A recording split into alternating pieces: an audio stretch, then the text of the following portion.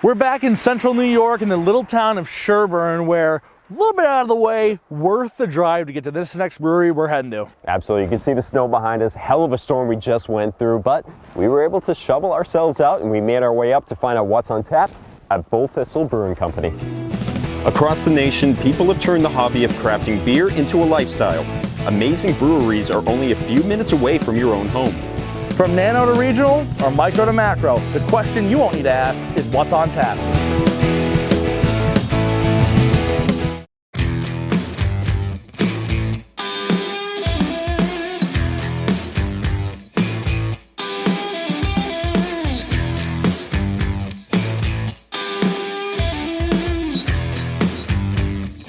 Bullthistle Brewing Company opened up back in the first half of 2017, and in this small town of Sherburne, they've really been able to make a name for themselves. The locals here really have a special spot to come to. Absolutely, and while they may only have a limited amount of beers on tap at a time, each one is unique in its own right, and they're finding a way to incorporate it into the food they serve here as well. And when you drive up, you can see the big sign beer right there. I mean, it drew us in. Let's head inside and check out what it's all about. We gotta follow that arrow. Absolutely. Let's go.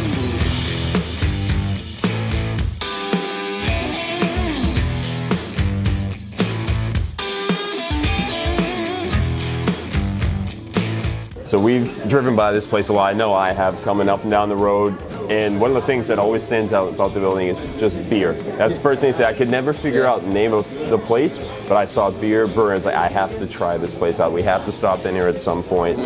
Finally learned Bullthistle. What is this place all about? It's Bullthistle Brewing Company. We named it Bullthistle because it's a Chenango County flower. We're the first brewery in Chenango County, so we wanted to tie it into the community a little bit, and the county and stuff, and wanted to bring just, you know, a nice place where people can come and have craft beer, a nice relaxing place that there's nowhere around it you can do that. And when did you get started doing this? We opened in 2017 in May. Me and actually, we opened this with two other partners, and my best friend, he's a chef, fantastic chef. We love craft beer, and we were always wanted to brew, and the Homesteader store in Norwich that opened up sold homebrew kits. We were like, stop in there and grab one, so we did. Next thing you know, just took off from there, and about 8 years ago, and never looked back. It's a nice spot here, especially as a, you know, and you're driving down this road, like Cam said, you see beer, but it's like, you know, it's a small town. Sherburne's small town. I mean, I was telling you, I'm from Walton, so I mean, when it comes to like these areas, it's like really nice to actually have somewhere nice you can go to get something different, you know, not. And I think about the locals. You're introducing probably a lot of people to craft beer. We are. Yeah, there wasn't, like I said, there's nothing around here. You know, I mean, Good Nature was there, but they were the first farm brewery in upstate New York, or, you know, New York to open up. And after that, there was nothing around that you could get craft beer, you know. So we wanted to do that, bring that here with somebody, they could come in and do it. So we started off with nice, easy drinking beers, and then after that, just kind of started taking it to the next level. Have you seen a lot of those regulars start to branch out and try maybe something a little out of their comfort range? Absolutely. That's going to be pretty cool. It is very cool, because once they try it, you know, a lot of beers get bad raps, you know, like dark beers, they just think it's bitter, and they just think dark, and they don't want to try dark, you know, but once they get into it, it's pretty good, you know, they a very good reception to it. That's the most common thing I see with just people starting to get into trying different beers. It's like, oh, that's dark, I don't want to touch that, and it's like, you're gonna get a lot of flavor in that dark beer. Right. There's a lot of different profiles you can do with dark beer, you know, once they try it, you know, it's like, oh, that's not bad. So, see, it's very drinkable beer. You just got to try it. You got to get there, you know. Now we're here, and it just snowed so much. So this is coming out in February, but we're here. Santa's over here hanging out. I mean, this is a really nice community feel here. So a February episode with Christmas, but still, I mean, I love it. I love keep the season going. But at the same time, it's just, you know, I'm looking outside. I know you said you had to move some stuff because of the snowfall, but you know, I feel like summer had to be amazing for you. This seems like an awesome spot for the summer. We even have more that we took away because obviously the snow, you know, the winter and stuff. But yeah, the summer's it's great around here. We have music outside in summer, so we do trivia every Thursday nights, and we just started back in, I think it was January. We got going, and the guy we do with Showtime Trivia and host Dave is fantastic. So I told him at first, I was like, we'll do trivia. I don't know how the reception's gonna be because we're just a small town, you know, it's not a lot of people gonna come out in the winter. And then once he came, I mean, like I said, they do a great job. It just got bigger and bigger and bigger. And pretty soon I had nowhere to put anybody. They'd come in here in the winter. I mean, we were putting people behind the bar. We were setting them over here and there. I mean, it was crazy. So then we got shut down. And then in the summertime, once we opened back up, I was like, all right, we'll try trivia outside, see what happens in the summer. I don't know what I would do. And it just, I mean, it blew up. It was every Thursday we'd have 100 people out there. It was crazy. What are your constant beers you got constantly We have? have actually one flagship that is on tap all the time. It's called Beer 30. It's our blonde that we do. That's the introductory to craft beer. I like the name. Yeah, well, that was our best friend and our friend. He looks up at Colgate, and when we were opening the brewery, he's like, listen, I don't know why nobody has this. He goes, but you have to name a beer Beer 30.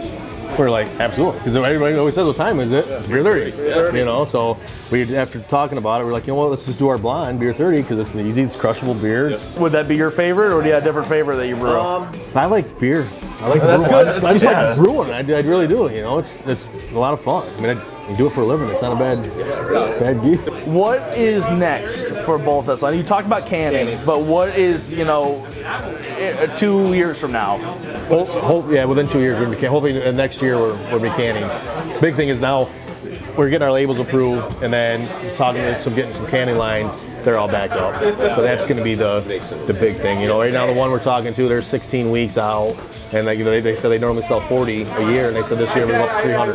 It's worth it coming in here. I love this. Just sitting in here, I gotta walk around now because I guess gotta see the whole place. But just in this corner, I love the feel I'm getting. I love, it's the good thing with this show is just talking with people too, and it's like you come in here, you get a friendly face, someone to talk to, someone to just hang out with. I feel like you're a fireplace away from being in the living room somewhere. It's amazing. That's what we were going for. That's the feel we wanted, to come in and relax. You work hard all day long, come in and have good beer and relax and enjoy yourself.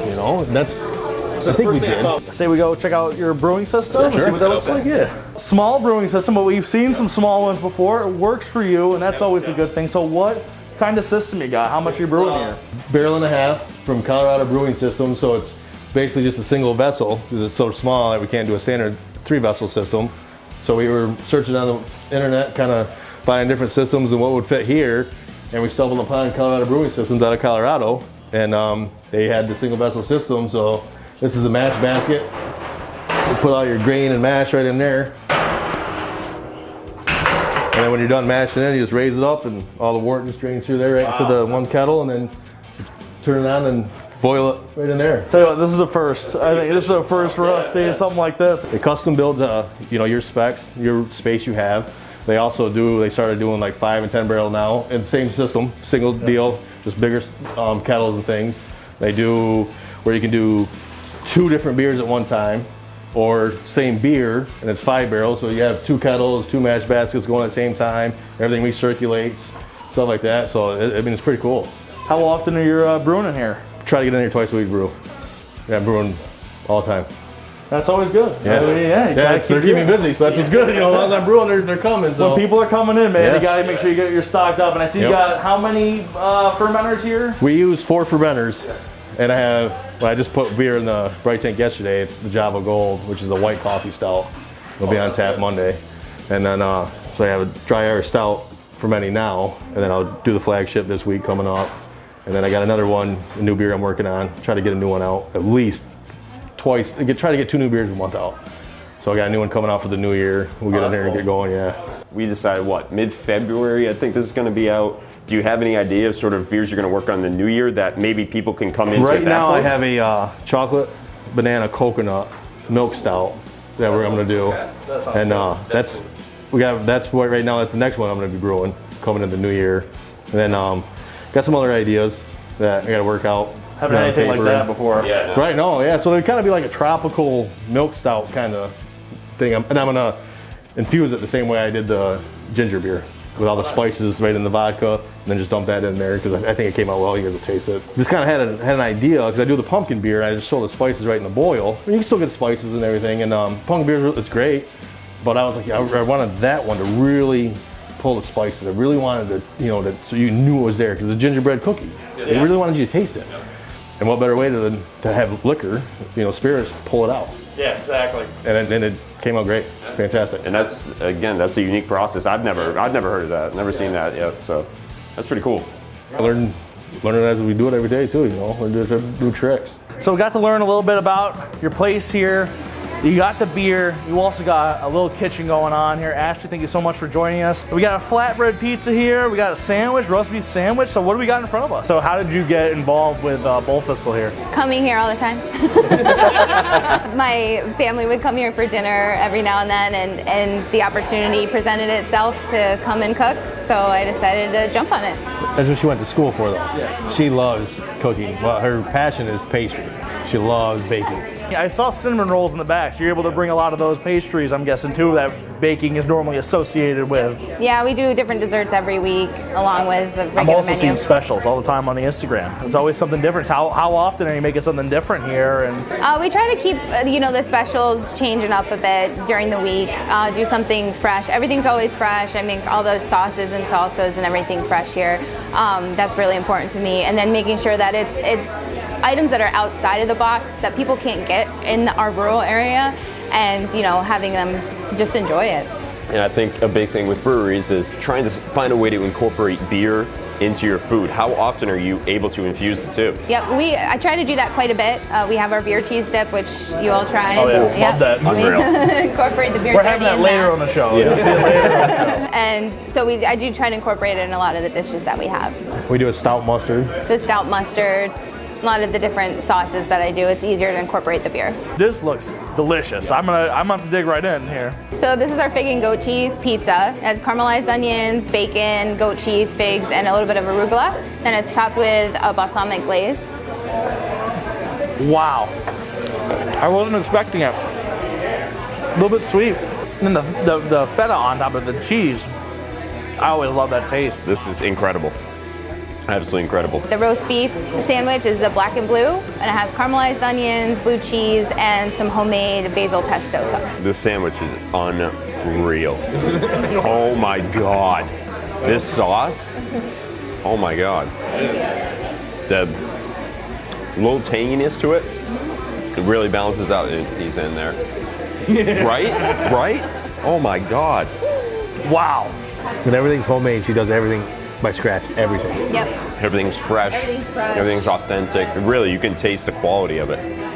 This is unbelievable. That's unbelievable. We talked about it earlier, talking about, the location of where Bullthistle is.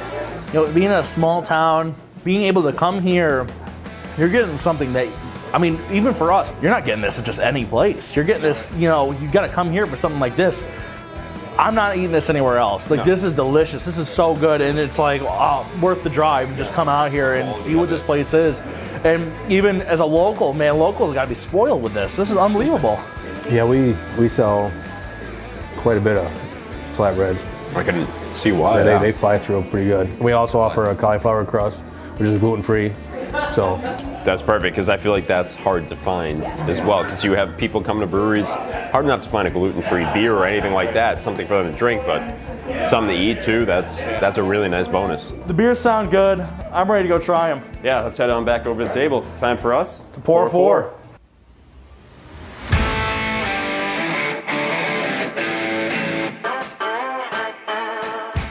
All right, our pour four here. Starting off with Flagship. Yep, beer 30. Beer 30. The introductory to craft beer right here when they come in. A nice light blonde, but still got good flavor. Yeah. A little hot bitterness on the end, but nothing crazy, nothing overpowering.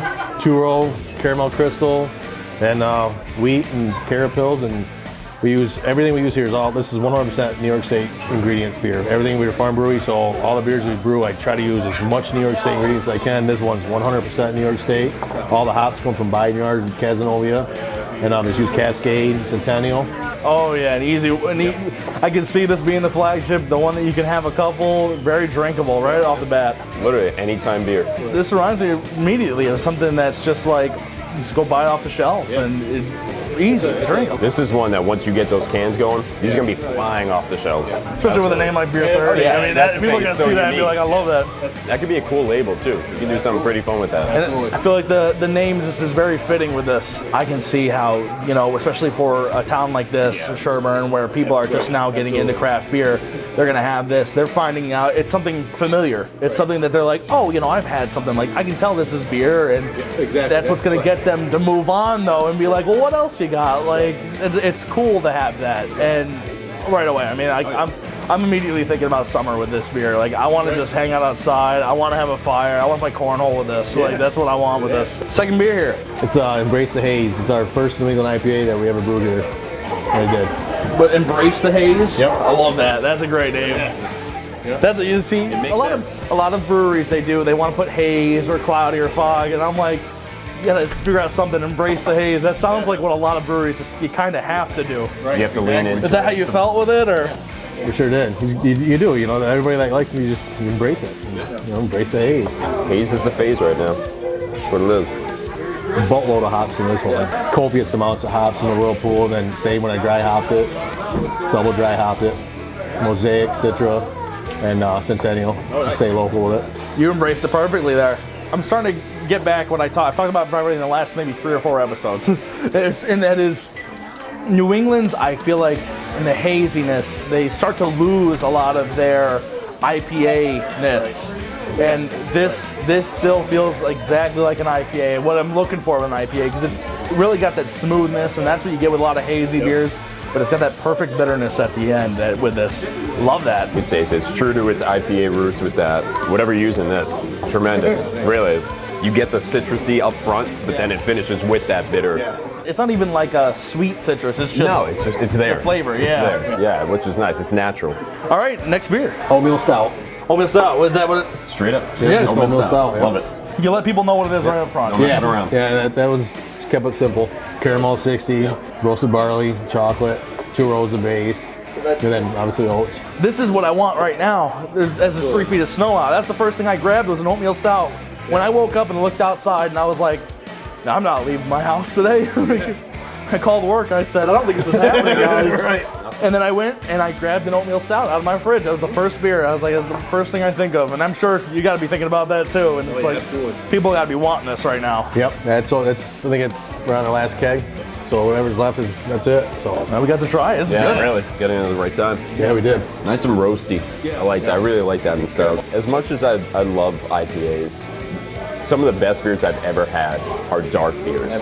They're stouts, whether imperial, oatmeal, something like that. The flavors, the different things that you can do with stouts, porters, anything like that.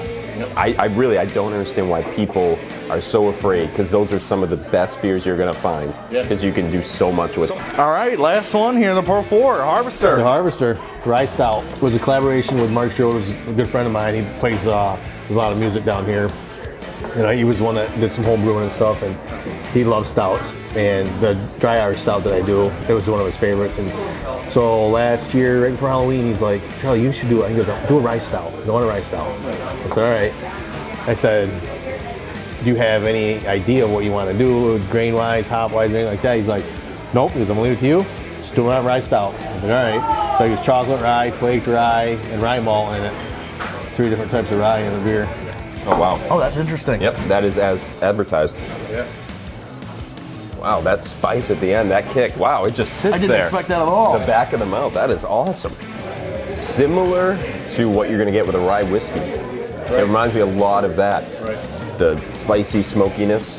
I'm getting it right in the middle of my tongue, like that little bit of spice too with it, and as it ends migrates back a it little. sits there. I don't know, Love maybe that. it's the spice from the beer cheese, but a nice combination of the both here.